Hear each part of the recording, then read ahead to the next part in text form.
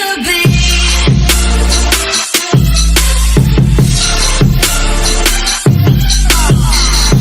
PECCHIA 16. We have this opportunity that we wouldn't have had years ago to ship a game and then really collaborate with people outside the studio to figure out, like, what is the best version of that? Honestly, yeah, like we're building something the community has been asking for, and it's accumulation of everything that we believe the game needs to be. The upside to that is we're not holding anything back. All the feedback we've heard for the last year is, this is it, it's in Forsaken.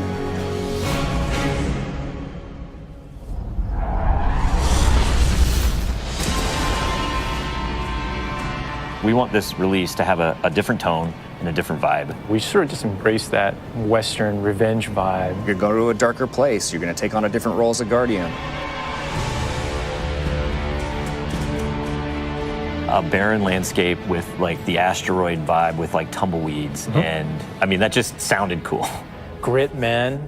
I want to bring the dirt back. But what better way to start a story than to start it with a prison break? Right. Cade's been filling this prison with bad guys that are really bad. And so when it breaks, things can happen to all the world. First place you're going to go to is the Tangled Shore, which is a new part of the reef that you've never seen before. That's right, my friend. It's a collection of lashed together asteroids and rocks out in the asteroid It's belt. very otherworldly, and it's full of pirates and assassins and bad guys. It's become a lawless place. It truly is a frontier. It's completely taken over. The most malevolent force there is the Scorn.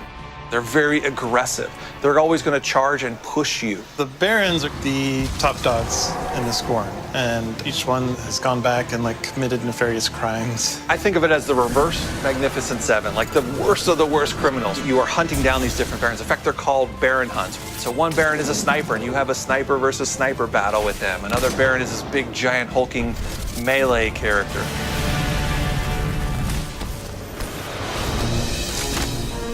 One of the things we're most excited about is the new weapon system. Hey, if you like Destiny 2, great, play that way. But if you like Destiny 1, great, play that way. But if you're crazy, why not 3 shotguns, right? Just for the fun of it. We need to have as many ways as possible, and then we need to have people fighting about it. Like, no, man, you f***ed up, you're taking the wrong weapons, or can I say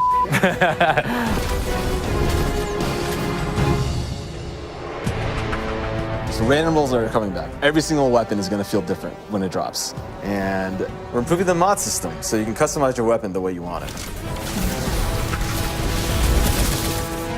We've got a whole new masterwork style system coming together where you actually are able to kind of move your levels up over time. And so there's investment back on the weapons again.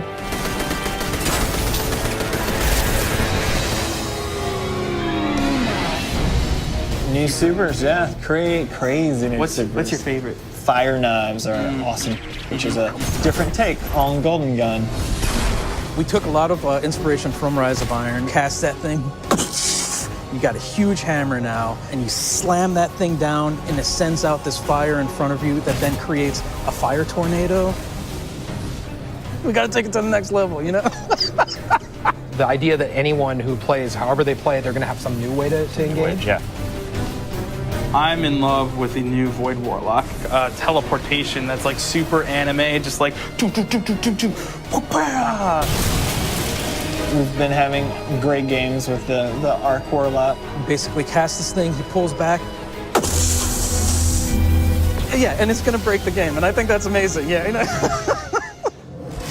We also wanted a new weapon type that felt meaningful, so we came up with a bow and arrow, which seems kind of crazy, but when you use it, you feel like godlike. It is utilitarian, it's fantastical, it's also sci-fi. So we have a short range bow, we have a medium range bow, we have a long range bow. We built this guy who's like supposed to be super techie.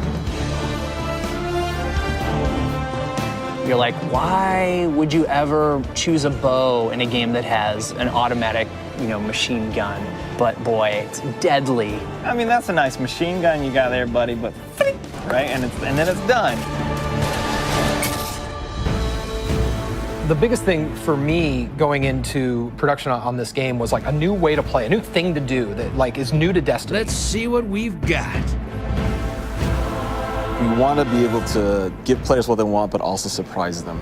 Gambit is a brand new mode. Destiny begs to marry PvE and PvP together. It's like adding bacon to peanut butter and jelly.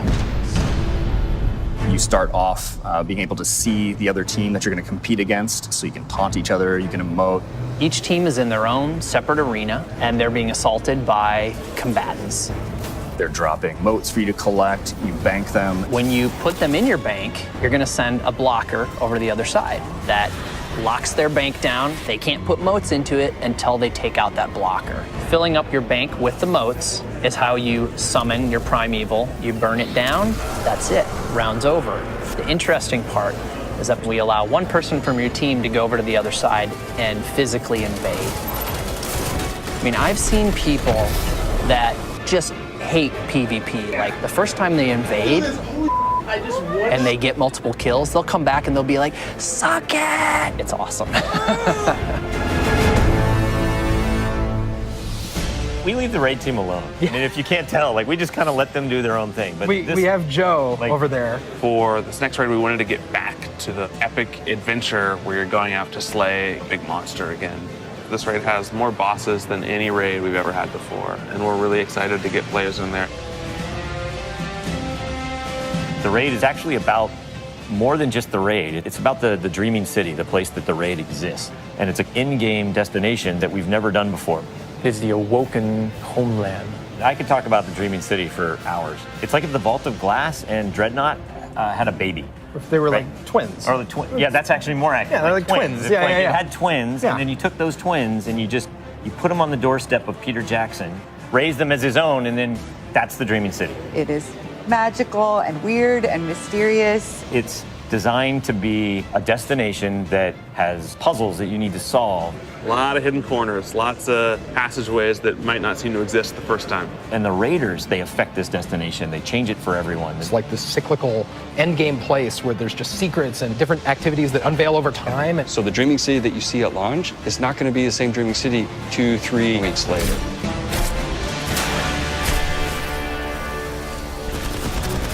So with every design decision we've made for the Forsaken, like the first thing we ask is how will the community react to this? Players want their investment in Destiny to matter, and they want to be able to see that reflected in the content. We knew we wanted to do something for the collectors in our game, so we built a feature called the Collections. It's a way for you to track all the items that you can go out and acquire. There's so much gear in our game. There are 2,000 items you can get. Go get them. You can look at sets and you can say, I haven't filled out this set. What do I have to do to go get it? If I want to find like how many guns in the world, I can actually go look now. We also had a triumphs thing, which is just acknowledging your achievement. It like ties into records, it ties into lore. It's a thing that can help you drive like, hey, I want to do that. And if I do those things, I can get a title. Like I can have a title floating over my name that says that I'm a god or whatever. Not me, but like you.